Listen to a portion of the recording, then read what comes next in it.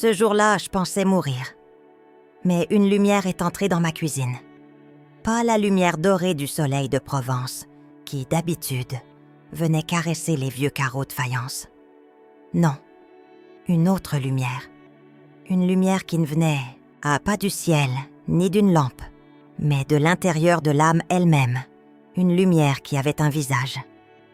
Vous allez peut-être trouver cela insensé. Moi-même, si l'on m'avait raconté une histoire pareille, il y a quelques années, j'aurais hoché la tête poliment, en pensant que la solitude avait eu raison d'une pauvre vieille. Mais la solitude, je la connaissais. C'était ma compagne de tous les jours, mon ombre, le poids sur mes épaules quand je me levais, et la dernière chose que je sentais avant de m'endormir. Ce jour-là, pourtant, la solitude a été brisée. Pour comprendre comment un tel miracle a pu se produire, il faut que je vous raconte d'où je viens. Il faut que je vous ouvre la porte de ma petite maison, mais surtout celle de mon cœur, avec ses fissures et ses pièces sombres. Je m'appelle Hélène. Aujourd'hui, j'ai 82 ans. Mes mains sont ridées, tachetées, comme une vieille carte géographique qui aurait trop vu le soleil. Elles ont tant travaillé. Elles ont cousu des robes de mariée, bercé un enfant, pétri le pain, tenu la main de mon mari, Louis, jusqu'à son dernier souffle. Ma vie est simple, tissée de petites habitudes, dans un village du Luberon, où les cigales chantent encore l'été, et où les hivers peuvent être d'une froideur mordante, surtout quand on est seul. Ma maison est petite, en pierre, avec des volets bleus qui auraient pas bien besoin d'un coup de peinture. Elle sent le bois ciré, la lavande séchée et souvent le café du matin. C'est la maison où j'ai grandi, où j'ai aimé, où j'ai pleuré et où je pensais, ce fameux jour, que j'allais rendre mon âme à Dieu, dans l'indifférence la plus totale. La solitude ne s'est pas installée en un jour. Elle a fait son nid petit à petit, comme un oiseau patient. D'abord, il y a eu le départ de mon fils unique, Thomas, parti faire sa vie à Paris. Un bon garçon, mais pris dans le tourbillon de la ville, avec sa propre famille, ses propres soucis. Nos appels se sont espacés. Les « je t'aime, maman » sont devenus plus rapides, presque une formalité avant de raccrocher. Puis, il y a eu la maladie de Louis. Mon Louis, mon roc. On s'était connus au bal du village, j'avais 18 ans. Ses yeux riaient tout le temps. Pendant 50 ans, son rire a été la musique de ma vie. Le cancer nous l'a pris en 6 mois. 6 mois où j'ai vu la lumière de ses yeux s'éteindre, jour après jour. Le jour de son enterrement, une partie de moi est partie en terre avec lui. Le silence qu'il a laissé était assourdissant. Un silence que même la télévision allumée à longueur de journée ne parvenait pas à combler. Les amis, au début, venaient. Ils apportaient une tarte, quelques mots de réconfort. Mais la vie reprend ses droits pour tout le monde. Et peu à peu, les visites se sont faites rares. La porte ne s'ouvrait plus que pour le facteur ou l'infirmière qui venait une fois par semaine prendre ma tension. Ma routine était devenue une prison. Me lever, faire un café que je buvais seule, regarder par la fenêtre les gens qui passaient, les couples qui se tenaient sa la main, les mères avec leurs enfants. Chaque scène était une piqûre de rappel de ce que j'avais perdu. La messe du dimanche était mon seul lien social. Mais même là, au milieu des chants et des prières, je me sentais invisible, une ombre parmi les autres. Je priais, bien sûr. Une prière mécanique, apprise depuis l'enfance. Je récitais mon chapelet, mais les mots sortaient de ma bouche, sans vraiment atteindre mon cœur. C'était une habitude, comme de faire son lit le matin. Une coquille, vide. Je parlais à Dieu, à la Vierge Marie. Mais j'avais l'impression de parler à un mur. Le ciel était devenu sourd. Ou peut-être que c'était moi qui n'entendais plus rien.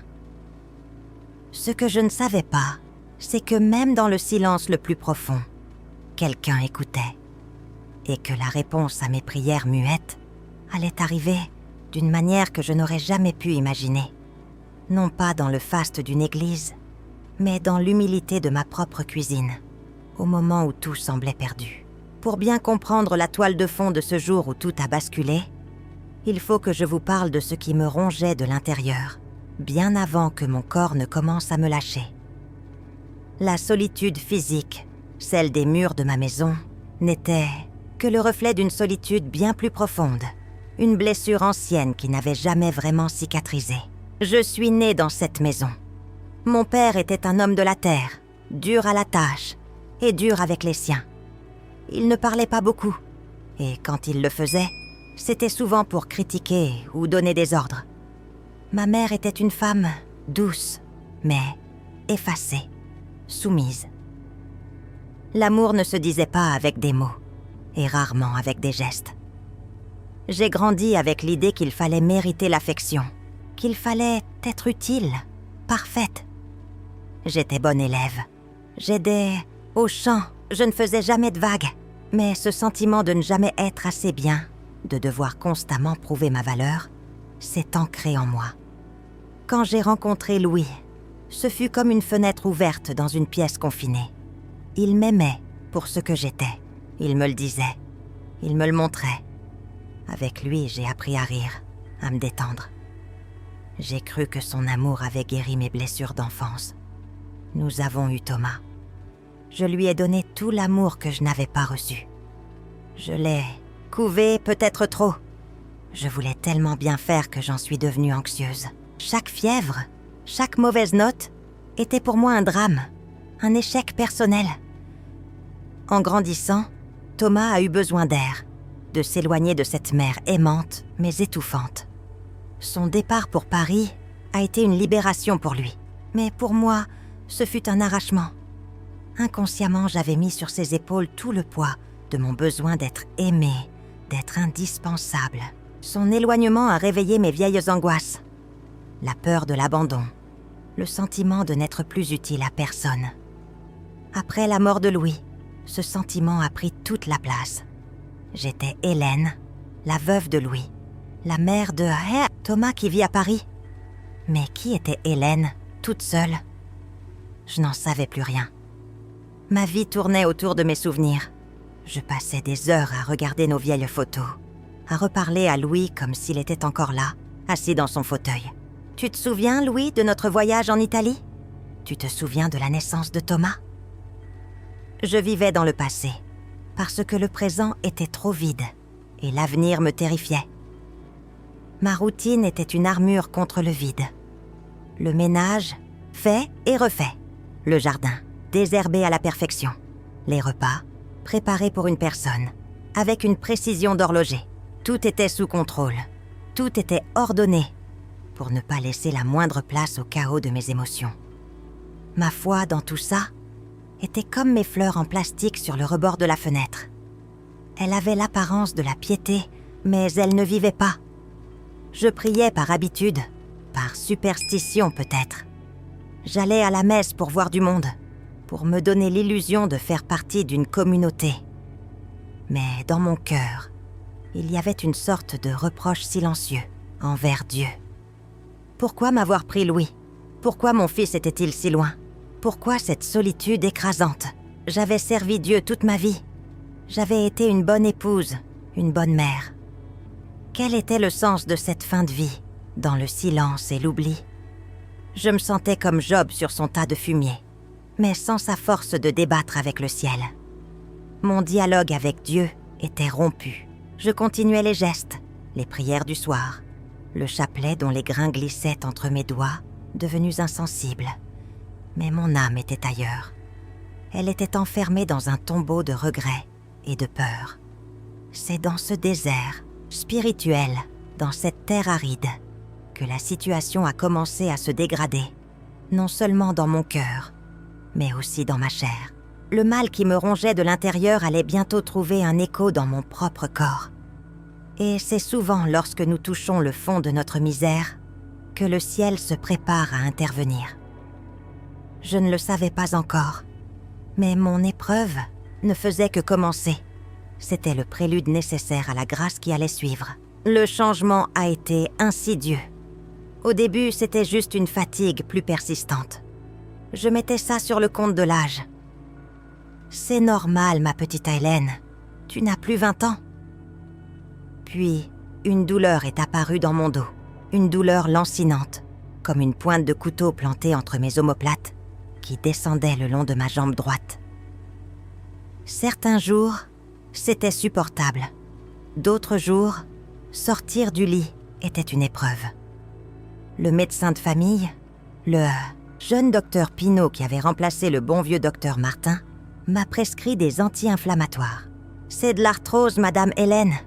Il faut bouger un peu, mais sans forcer. Bouger, facile à dire. Le simple fait d'aller chercher le pain au bout de la rue devenait une expédition. J'ai commencé à refuser les invitations, des quelques voisines qui pensaient encore à moi pour un café. Je suis un peu fatiguée aujourd'hui.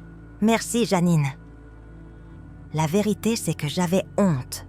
Honte de marcher comme une vieille femme courbée. Honte de grimacer de douleur à chaque pas.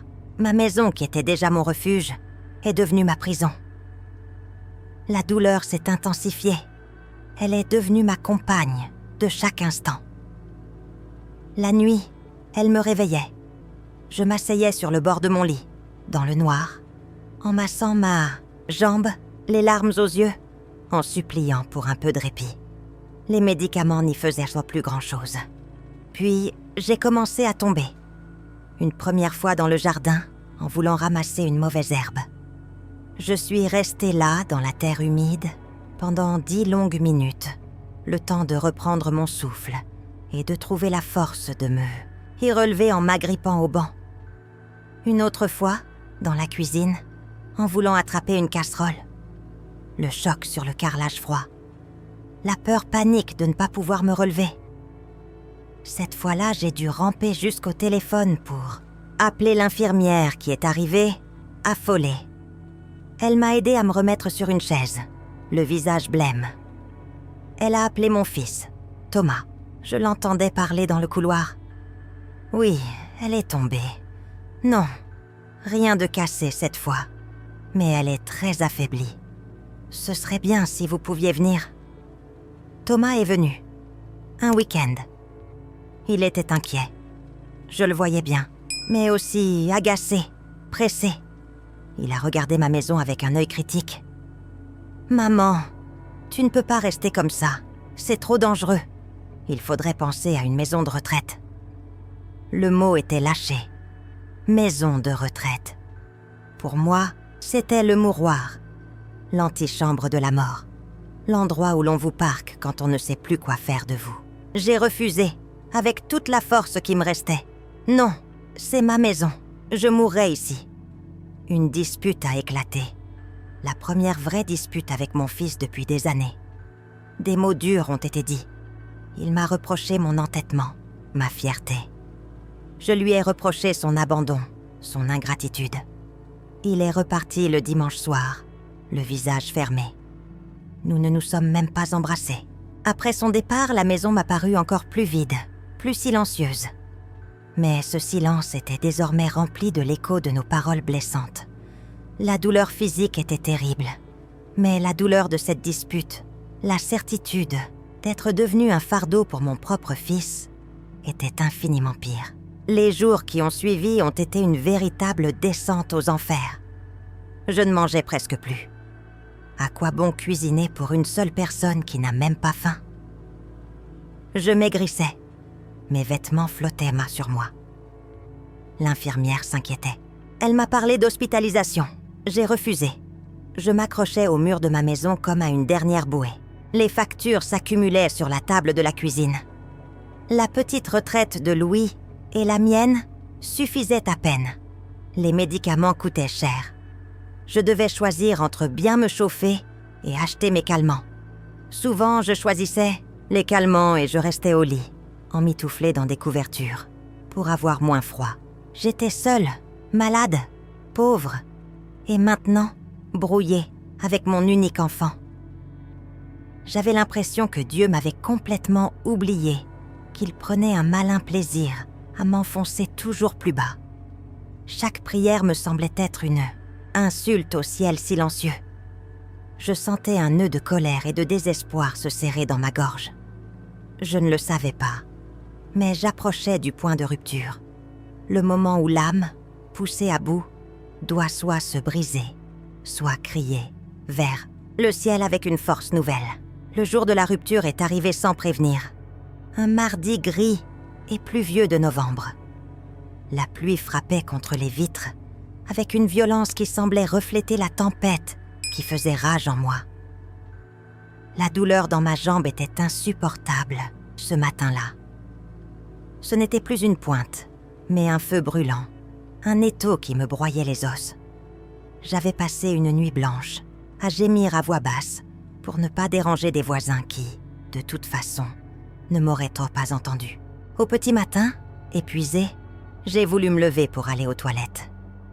Mes jambes se sont dérobées sous moi. Je suis tombée lourdement sur le sol de ma chambre, ma tête heurtant le pied en bois du lit. Un instant, tout est devenu noir. Quand j'ai repris conscience, j'étais allongée sur le tapis usé, le goût du sang dans la bouche. Une petite coupure à l'arcade. Le froid du sol me glaçait jusqu'aux os. J'ai essayé de me relever. 1 fois, 2 fois. Impossible. Ma jambe droite ne répondait plus. Elle était comme morte. La douleur était si intense que chaque tentative me laissait haletante, en sueur malgré le froid. La panique a commencé à monter. Une vague glaciale qui m'a submergée. Le téléphone était dans la cuisine, à des mètres qui me semblaient des kilomètres. Personne ne viendrait avant la visite de l'infirmière, en fin de matinée. Il était à peine 7 heures. J'étais prisonnière de mon propre corps, au sol de ma propre maison. J'ai commencé à ramper. Ramper comme un animal blessé, entraînant ma jambe inerte derrière moi. Chaque mouvement était une agonie. Le couloir me paraissait interminable. Les larmes coulaient fondaient sur mes joues, se mêlant au sang de ma coupure. Ce n'étaient pas des larmes de douleur physique, mais des larmes d'humiliation, de désespoir absolu. C'est ça ma fin ? Mourir seule, sur le carrelage froid, comme un chien abandonné. Toutes les images de ma vie défilaient dans ma tête. Mon mariage avec Louis, la naissance de Thomas, les rires, les joies. Tout cela aboutissait à ça ? À cette déchéance ? J'ai finalement atteint la cuisine, épuisée, tremblante de tous mes membres. Je me suis hissée contre un pied de la table. Et c'est là, assise par terre, le dos contre le bois froid, le regard perdu dans le vague, que tout a explosé en moi. Ce n'était plus de la tristesse, c'était une rage contre Dieu. Je n'ai pas crié avec ma voix, j'ai crié de l'intérieur, avec toute la force de mon âme brisée. Pourquoi me fais-tu ça ? Les mots se bousculaient dans ma tête. J'ai cru en toi, toute ma vie. Je t'ai prié, je t'ai servi. Et voilà comment tu me remercies. Tu me prends mon mari, tu éloignes mon fils. Tu me laisses pourrir dans la maladie et la solitude. Tu n'es qu'un bourreau, tu n'existes pas. Et si tu existes, tu es un monstre. Je tremblais de la violence de mes propres pensées. Je me suis sentie sale, sacrilège. Moi, Hélène, qui avait enseigné le catéchisme aux enfants du village. J'étais en train d'insulter Dieu. Et puis, la colère a laissé place à un abîme de tristesse. J'ai penché ma tête contre la table et j'ai pleuré. J'ai pleuré comme je n'avais jamais pleuré de ma vie. Pas des petits sanglots, étouffés, non. Un torrent de larmes, des hoquets qui me secouaient tout le corps. Je pleurais sur mon enfance sans amour, sur mon mari parti trop tôt, sur mon fils qui ne me comprenait plus, sur mon corps qui me trahissait, sur ma foi qui s'était effondrée. Je pleurais sur la ruine de ma vie. J'étais vide, complètement vide. Il n'y avait plus de colère, plus de prière, plus d'espoir, juste un grand rien, le point de non-retour. J'ai relevé la tête et mon regard s'est posé sur la petite statue de la Vierge Marie que ma mère m'avait donnée, posée sur une étagère. Une statue un peu kitsch, aux couleurs passées. Je l'ai regardée et un dernier cri, un murmure, cette fois, est sorti de mes lèvres. « Et toi, La mère. Tu vois ça? Tu laisses faire ça? Si tu es une mère, fais quelque chose. » Ce n'était même plus une prière. C'était un défi. Un dernier soupir avant de sombrer. J'ai fermé les yeux, en attendant la fin. Que ce soit la venue de l'infirmière ou celle de la mort. Je m'en fichais. Tout était fini. Je suis restée là, prostrée sur le sol froid de ma cuisine, pendant un temps qui m'a semblé une éternité. Les yeux fermés, j'attendais. Je n'attendais rien de précis, en fait. J'avais simplement cessé de lutter. La pluie continuait de battre contre la fenêtre, et chaque goutte qui s'écrasait sur le verre semblait marquer le temps infini de mon agonie. Le silence à l'intérieur de moi était total. Un silence de mort, comme si mon âme avait rendu les armes. Et c'est dans ce silence absolu, dans ce vide sidéral, que la première chose étrange s'est produite. C'était si subtil que j'ai d'abord cru l'avoir imaginé. À travers le bruit de la pluie, il m'a semblé entendre comme une note de musique, une seule note, très douce, très pure, comme celle d'une clochette de cristal. J'ai ouvert les yeux.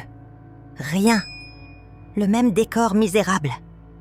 Ma cuisine en désordre, la vaisselle de la veille qui traînait dans l'évier, la flaque de pluie qui commençait à se former sous la fenêtre mal isolée.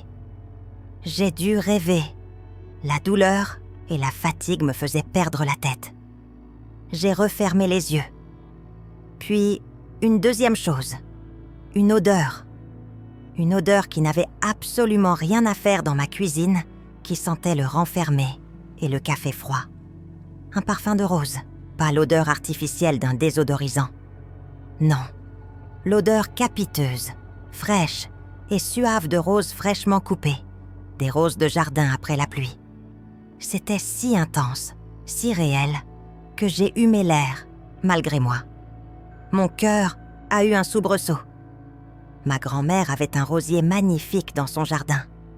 Quand j'étais petite, j'aimais enfouir mon visage dans les fleurs encore couvertes de rosée. Ce parfum, c'était toute mon enfance, la part heureuse de mon enfance. D'où pouvait-il venir? Il n'y avait pas de fleurs dans ma maison, et encore moins de rosiers en fleurs en plein mois de novembre. J'ai tourné la tête, cherchant la source de ce parfum. Il semblait être partout et nulle part à la fois. C'était à la fois doux et puissant, et chose étrange, en le respirant, le nœud de désespoir dans ma poitrine a semblé se desserrer un tout petit peu. La troisième chose a été la plus déroutante.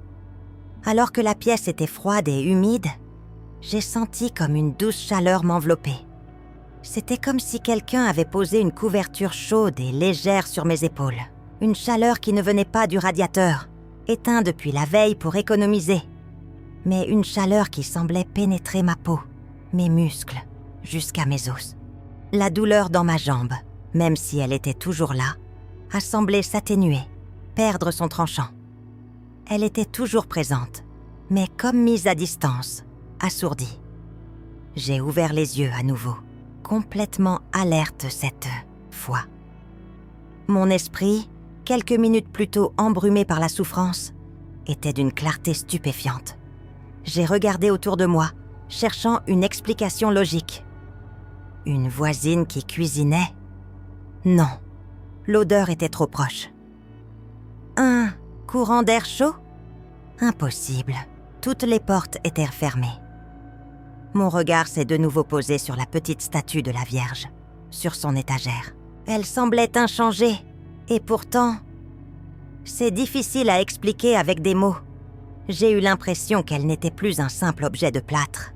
Il y avait comme une présence, une attention.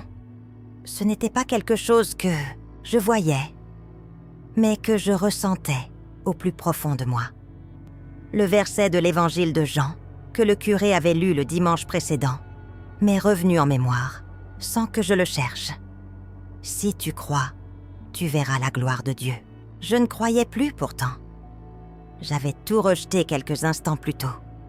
Ou peut-être que ce cri de désespoir était, en lui-même, la prière la plus sincère que j'ai jamais faite. Peut-être que la foi ce n'est pas de ne jamais douter, mais de crier vers Dieu même quand on croit qu'il nous a abandonnés. Je ne savais pas ce qui se passait. J'avais peur. Mais c'était une peur mêlée de fascination, d'une attente incompréhensible. Le bruit de la pluie s'était calmé. Le parfum de rose s'estompait. La chaleur douce persistait. Quelque chose était en train de se préparer. Le ciel, après un long silence, commençait à murmurer. Et j'allais bientôt découvrir qu'après le murmure viendrait la lumière. Le temps semblait suspendu. La cuisine était baignée dans une lumière grise et triste de fin de matinée pluvieuse. La douleur dans ma jambe était revenue, sourde, mais mon esprit était calme. Étrangement, calme! J'étais toujours assise par terre, incapable de bouger. Mais la panique avait disparu, remplacée par une sorte de vigilance paisible. Je fixais la petite statue de la Vierge sur son étagère. Et c'est là que la lumière a commencé à changer. Ce ne fut pas soudain. Ce fut progressif, comme un lever de soleil en accéléré. Un point lumineux est apparu dans le coin de la pièce, près de la vieille cuisinière à bois. Au début, ce n'était qu'une petite sphère de lumière, pas plus grande qu'une orange, d'un blanc doux et laiteux. Elle ne projetait pas d'ombre. Elle était la lumière elle-même. J'ai cligné des yeux, pensant à un trouble de ma vision, à un effet de la fatigue et du choc. Mais la lumière a grandi. Elle s'est étendue doucement, sans bruit, remplissant l'espace. Ce n'était pas une lumière aveuglante, agressive. C'était une lumière vivante, une lumière qui respirait la paix. Tout ce qu'elle touchait semblait transformé. Les vieilles casseroles en cuivre sur le mur se sont mises à briller comme de l'or. Les fissures dans les carreaux de faïence semblaient disparaître. Même la petite flaque d'eau sous la fenêtre scintillait de 1000 feux, comme si elle était remplie de diamants. Mon cœur battait à tout rompre, non pas de peur, mais d'une émotion sacrée, d'une stupeur infinie. J'avais l'impression d'être un moustique devant le soleil. Je n'étais plus dans ma cuisine, j'étais ailleurs. Ou plutôt, ma cuisine était devenue un autre lieu, un sanctuaire. Et au cœur de cette lumière, une silhouette s'est dessinée. Une femme, d'une beauté qui n'appartient pas à ce monde. Elle était grande, ou peut-être semblait-elle grande. Elle portait une robe simple, d'un blanc crème qui semblait tisser de la lumière elle-même, et un voile d'un bleu profond, comme le ciel d'été au crépuscule. Ses pieds nus reposaient à quelques centimètres du sol. Elle ne me regardait pas encore. Elle avait la tête légèrement penchée, les mains jointes comme pour la prière. Le silence était absolu. Je n'entendais plus ni la pluie, ni le tic-tac de la vieille horloge, ni même ma propre respiration. Il n'y avait plus que cette présence, cette lumière, cette paix qui submergeait tout, qui lavait mon âme de toute sa crasse, de toute sa colère, de toute sa peine. J'étais incapable de prononcer un mot. Je ne pouvais que regarder, trembler et sentir les larmes couler à nouveau sur mes joues. Mais cette fois, ce n'étaient plus des larmes de désespoir. C'étaient des larmes de... je ne sais pas comment le dire, de soulagement, de retour à la maison. Puis elle a levé la tête et a posé son regard sur moi. Et là, mon monde a volé en éclats, ses yeux. Je ne pourrais jamais décrire ses yeux. Ils étaient d'un brun profond, mais ils contenaient toute la lumière de l'univers. Ce n'était pas un regard qui jugeait ma misère, ma saleté, ma colère. C'était un regard d'une tendresse infinie, d'une compassion qui semblait connaître chaque recoin de ma vie, chaque blessure, chaque larme versée depuis mon enfance. Dans son regard, il y avait un amour si pur, si inconditionnel, que je me suis sentie aimée comme je ne l'avais jamais été, ni par ma mère, ni par mon mari, ni par mon fils. Un amour qui ne demandait rien, qui ne reprochait rien. Un amour qui guérissait. Elle n'a pas ouvert la bouche, mais j'ai entendu sa voix dans mon cœur, plus clairement que si elle avait parlé. Ce n'étaient pas des mots, C'était une certitude, une connaissance infusée directement dans mon âme. Mon enfant, n'aie pas peur, je suis là. Ton cri a traversé le ciel. Puis elle a souri. Un simple, léger sourire. Et dans ce sourire, il y avait toute la promesse du monde, toute la bonté de Dieu, toute la joie du paradis. J'ai su, à cet instant, avec une certitude absolue, que c'était elle, la Sainte Vierge, Marie, la Mère de Dieu. Elle était là, dans ma pauvre cuisine, pour moi, la petite Hélène que tout le monde avait oubliée. Devant cette apparition, je n'étais plus qu'une enfant. J'ai baissé les yeux, écrasée par la sainteté du moment, et j'ai murmuré, cette fois avec une foi brûlante. « Ma mère, pardon. » Je ne sais pas combien de temps la vision a duré. Quelques secondes, des minutes, le temps n'existait plus. Quand j'ai relevé les yeux, la lumière s'estompait doucement, se retirant comme la marée, laissant la cuisine retrouver son aspect normal. Mais rien n'était plus normal. La silhouette avait disparu, mais le parfum de rose flottait encore dans l'air, et la paix, une paix surnaturelle, était restée, déposée au fond de mon cœur comme un trésor. Elle était partie. La lumière s'était retirée, la cuisine avait retrouvé ses couleurs, ternes et ses ombres familières. Le silence était de nouveau rempli du son de la pluie qui avait repris, plus doucement cette fois. J'étais toujours là, assise sur le sol froid, ma jambe toujours douloureuse. En apparence, rien n'avait changé. Le miracle n'avait pas été de me relever physiquement, mais de ressusciter mon âme. Pourtant, tout était différent, absolument tout. La première chose que j'ai ressentie, c'est cette paix. Une paix si profonde, si stable, que même la douleur physique ne pouvait l'atteindre. C'était comme si mon corps souffrait, mais que mon moi profond, mon âme, reposait dans un havre de tranquillité. Le désespoir, la colère, la peur panique, tout cela avait été balayé, lavé, purifié par son regard. Je me sentais propre, je me sentais neuve. Mon regard sur ma propre vie a changé en un instant. Là où je ne voyais qu'un chapelet de malheur et d'abandon, je voyais maintenant une histoire, un chemin qui m'avait mené à travers l'épreuve, jusqu'à cet instant de grâce pure. Ma solitude ne me semblait plus être une punition, mais peut-être le désert nécessaire pour que je puisse entendre le murmure de Dieu. La maladie n'était plus une malédiction, mais une croix qui m'avait obligée à tomber à genoux, littéralement, et à crier vers le ciel. La dispute avec mon fils, si douloureuse, me paraissait maintenant sous un autre jour. J'ai compris ma part de responsabilité, mon amour possessif, mes attentes démesurées. Et pour la première fois, au lieu de ressentir de l'amertume envers lui, j'ai ressenti une immense vague d'amour et de compassion. Il faisait de son mieux, avec ses propres blessures, ses propres combats.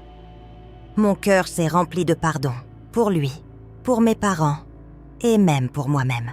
Je suis restée là, savourant cette paix intérieure. Je n'avais plus envie de me plaindre. Je n'avais plus envie de rien demander, juste de remercier. Des mots de prière me sont venus, mais ils n'étaient plus mécaniques. Ils jaillissaient de mon cœur comme une source. Je vous salue Marie, pleine de grâce. Sainte Marie, Mère de Dieu, priez pour moi, pauvre pécheresse. Chaque mot avait un poids, une saveur nouvelle. Le pauvre pécheur n'était plus une formule de politesse, c'était la reconnaissance lucide de ma petitesse devant la majesté de l'amour qui venait de me visiter. Et cette reconnaissance ne m'écrasait pas. Au contraire, elle me libérait.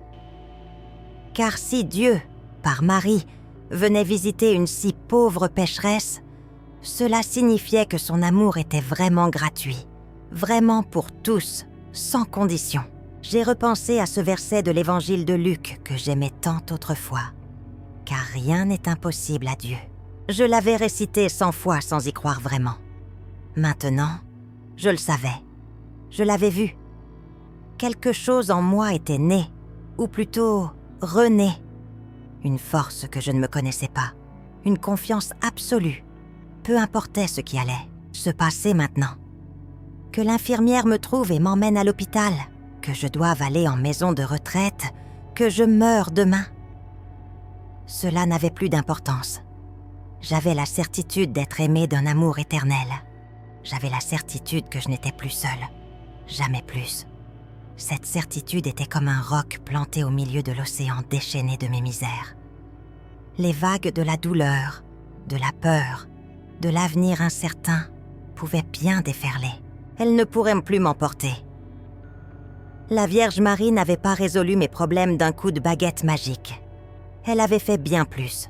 Elle avait changé mon cœur. Et en changeant mon cœur, elle m'avait donné la clé pour traverser tous mes problèmes. Elle m'avait redonné la foi, mais une foi vivante, une foi d'adulte, passée au feu de l'épreuve. C'est à ce moment-là que j'ai entendu la clé tourner dans la serrure. C'était l'infirmière. Elle est entrée et m'a trouvée là, par terre. Elle a poussé un cri d'effroi. Mais quand elle a vu mon visage, son expression a changé. Elle s'attendait à voir de la panique ou de la douleur. Mais elle a vu mon sourire, un sourire de paix que je ne pouvais pas retenir. Et la première chose que je lui ai dite, d'une voix calme et assurée, fut « Ne vous inquiétez pas, ma petite. Tout va bien. Absolument tout va bien. » L'infirmière, une jeune femme nommée Sylvie, m'a regardée avec des yeux ronds, ne comprenant pas le décalage entre la situation dramatique, une vieille femme à terre, avec du sang séché sur le front, et le calme serein qui émanait de moi. « Madame Hélène, qu'est-ce qui s'est passé? Vous allez bien ?» a-t-elle demandé, la voix tremblante. « Je suis tombée, ma chère. Mais ne vous en faites pas, le plus important n'est pas là. » Ai-je répondu avec mon sourire paisible. Elle m'a examinée rapidement, puis, avec beaucoup de difficulté et de précaution, elle m'a aidée à m'asseoir sur une chaise. Elle voulait appeler une ambulance. J'ai refusé calmement. « Non, Sylvie, appelez juste le docteur Pinault s'il peut passer, mais il n'y a pas d'urgence. » Elle a obéi, perplexe. Pendant qu'elle téléphonait, je suis restée assise sur ma chaise, le cœur débordant de gratitude. Chaque objet de ma cuisine me semblait précieux, sanctifié par la visite que j'avais reçue. Le docteur Pinault est arrivé 1 heure plus tard. Un homme sérieux, compétent, mais toujours un peu pressé. Il m'a examinée, m'a posé des questions sur ma chute. Il a examiné ma jambe. Il la pliait, la tournait doucement. Je grimaçais un peu. La douleur était bien réelle. « L'articulation de la hanche est très enflammée, Madame Hélène. Je crains une fissure du col du fémur. Il va falloir faire des radios, une hospitalisation s'impose. » Je l'ai écouté sans angoisse. « Très bien, docteur, s'il le faut. » Ma docilité l'a surpris. D'habitude, je me battais bec et ongles contre toute idée d'hôpital. Il a organisé mon transport. Avant de partir, il a ajouté « Et il faut absolument que votre fils vienne. La situation n'est plus tenable à domicile. » À ces mots, autrefois, j'aurais fondu en larmes ou me serais mise en colère. Mais là, j'ai simplement hoché la tête. « Oui, docteur, je vais l'appeler. » Et c'est là que le premier miracle visible, le premier saut du ciel sur mon expérience, s'est produit. J'ai pris le téléphone pour appeler Thomas. J'appréhendais un peu sa réaction après notre dispute. J'ai composé son numéro. Il a décroché à la première sonnerie. « Allô ?» J'ai pris une profonde inspiration. « Thomas, c'est maman. » Il y a eu un silence, puis sa voix, changée, remplie d'une émotion que je ne lui connaissais pas. « Maman, j'allais t'appeler à l'instant. Je ne sais pas pourquoi. J'ai eu un pressentiment toute la matinée. Une angoisse terrible. Je me suis dit qu'il fallait que je t'appelle, que je m'excuse. Je suis désolée, maman. Pour tout ce que je t'ai dit, je suis un imbécile. » Les larmes me sont montées aux yeux. Ce n'était pas moi qui l'appelais pour lui annoncer ma chute.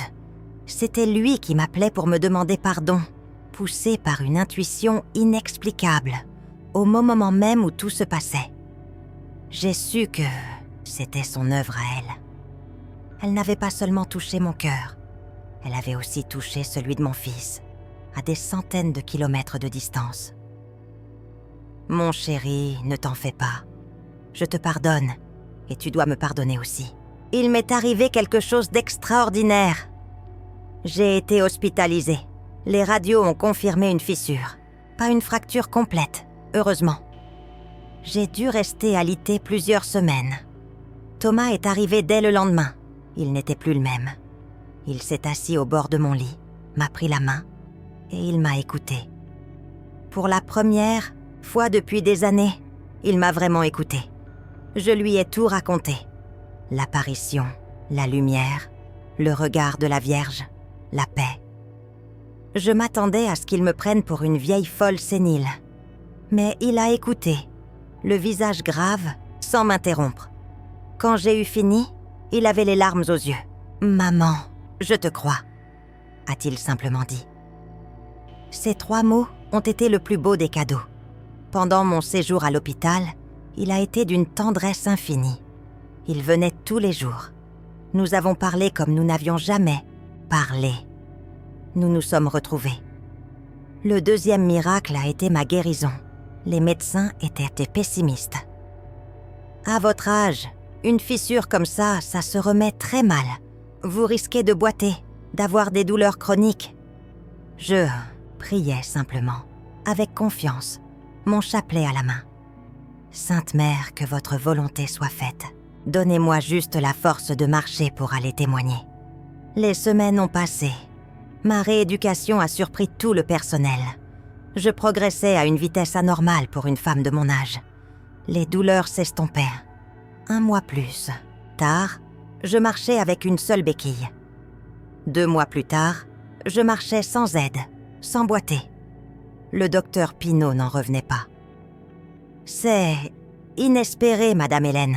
Vous avez une force de récupération incroyable. » Je lui ai souri. « Ce n'est pas ma force, docteur. C'est une force qui m'a été donnée. » Il a souri, incrédule, mais bienveillant. Je n'ai pas insisté. L'essentiel était là. J'étais guérie. Guérie dans mon cœur, guérie dans mes relations.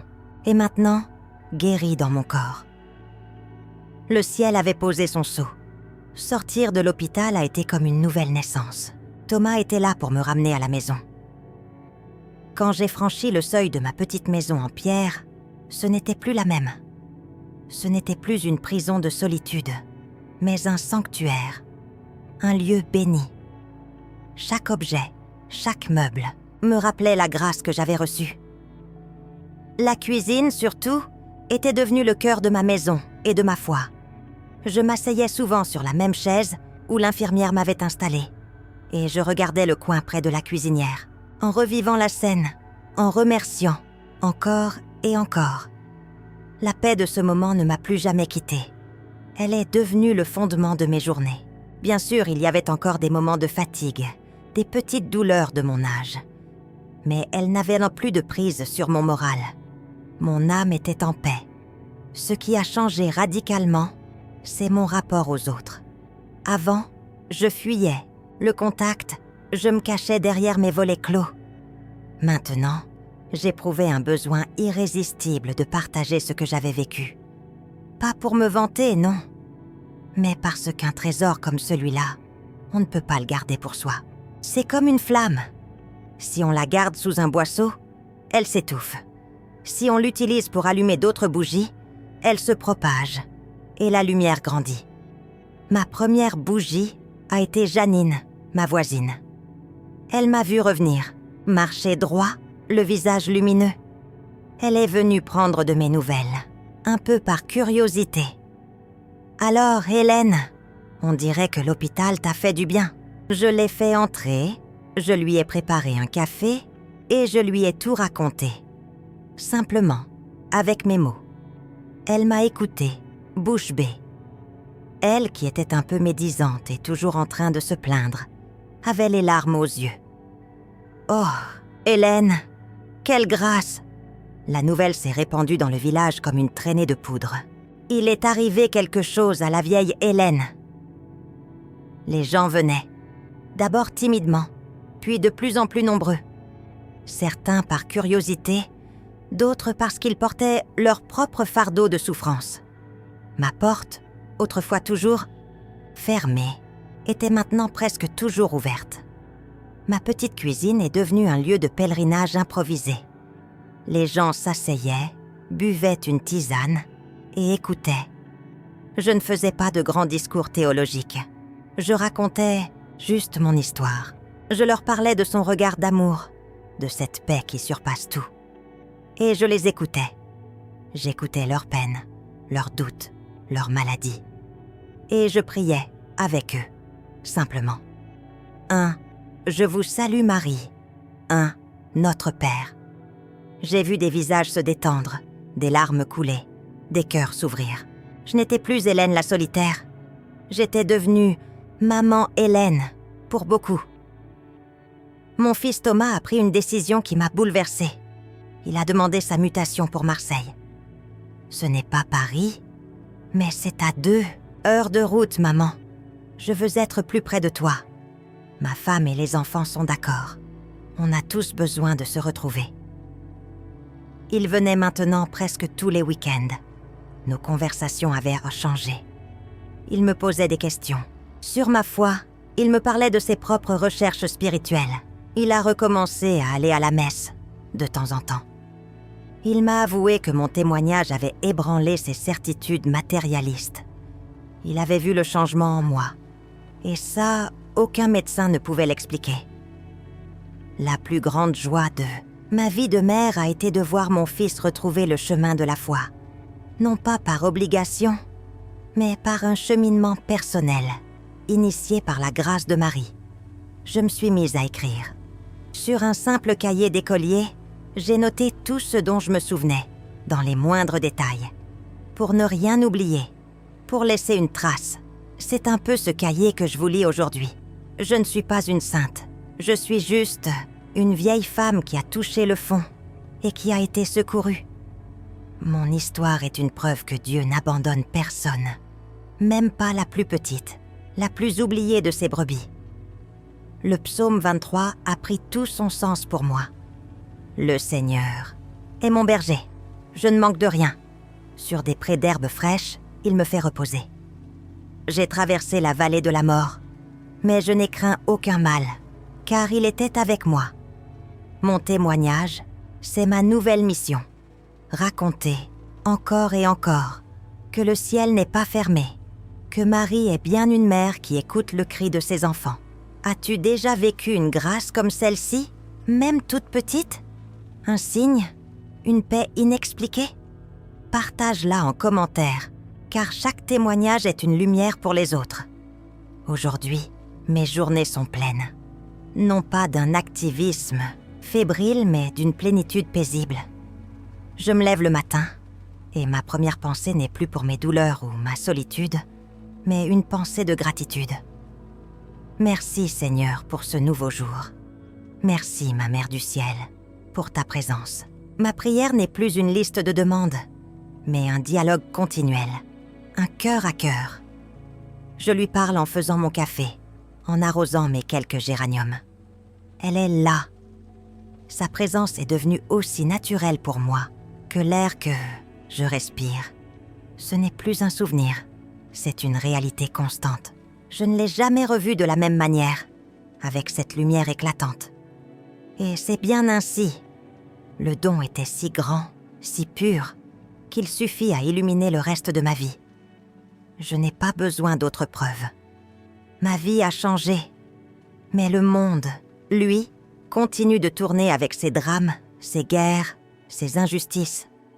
Parfois, en regardant les nouvelles à la télévision, la tristesse pourrait me submerger.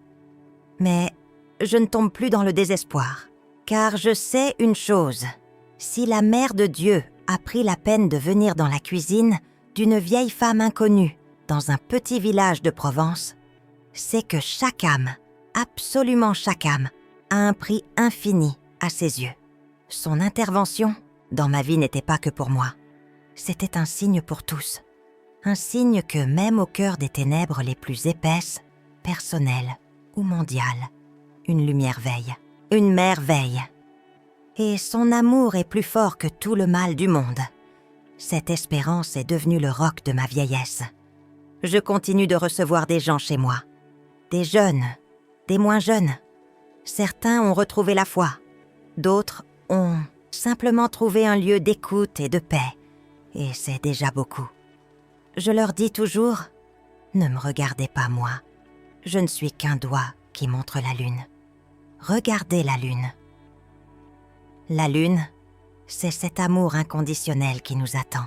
Tous, il n'y a pas besoin d'être un saint pour le recevoir. Il suffit d'être pauvre, de reconnaître son besoin, de crier. Même un cri de colère, s'il est sincère, est une prière que le ciel entend. Si tu te sens seul, si tu es au bout du rouleau, si tu penses que Dieu t'a oublié, je te le dis, à toi qui m'écoutes, ne baisse pas les bras, crie, pleure, supplie. Ouvre une fissure dans le mur de ton désespoir. Une toute petite fissure. C'est tout ce dont la lumière a besoin pour entrer. Écris « Amen ». Si tu crois que Marie te protège aussi, si tu veux croire qu'une lumière veille sur toi.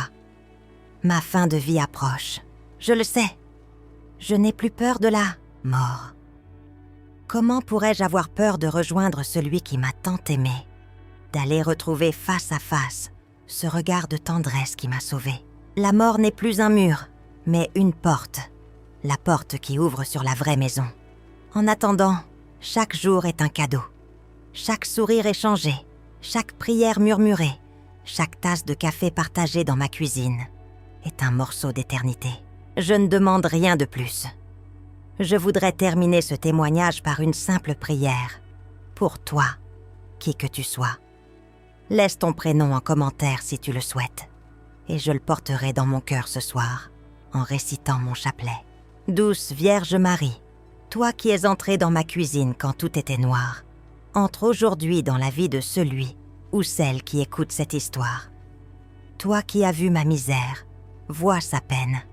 Toi qui as entendu mon cri, entends son silence. Toi dont le regard a tout guéri, pose ton regard d'amour sur son cœur fatigué.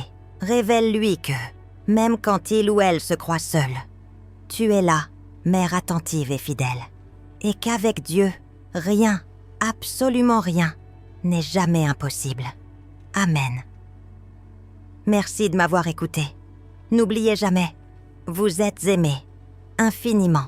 Abonnez-vous pour entendre d'autres témoignages de foi, pour que cette petite flamme continue de se répandre. Et maintenant, restons quelques instants en silence, pour laisser la paix de Dieu descendre dans nos cœurs.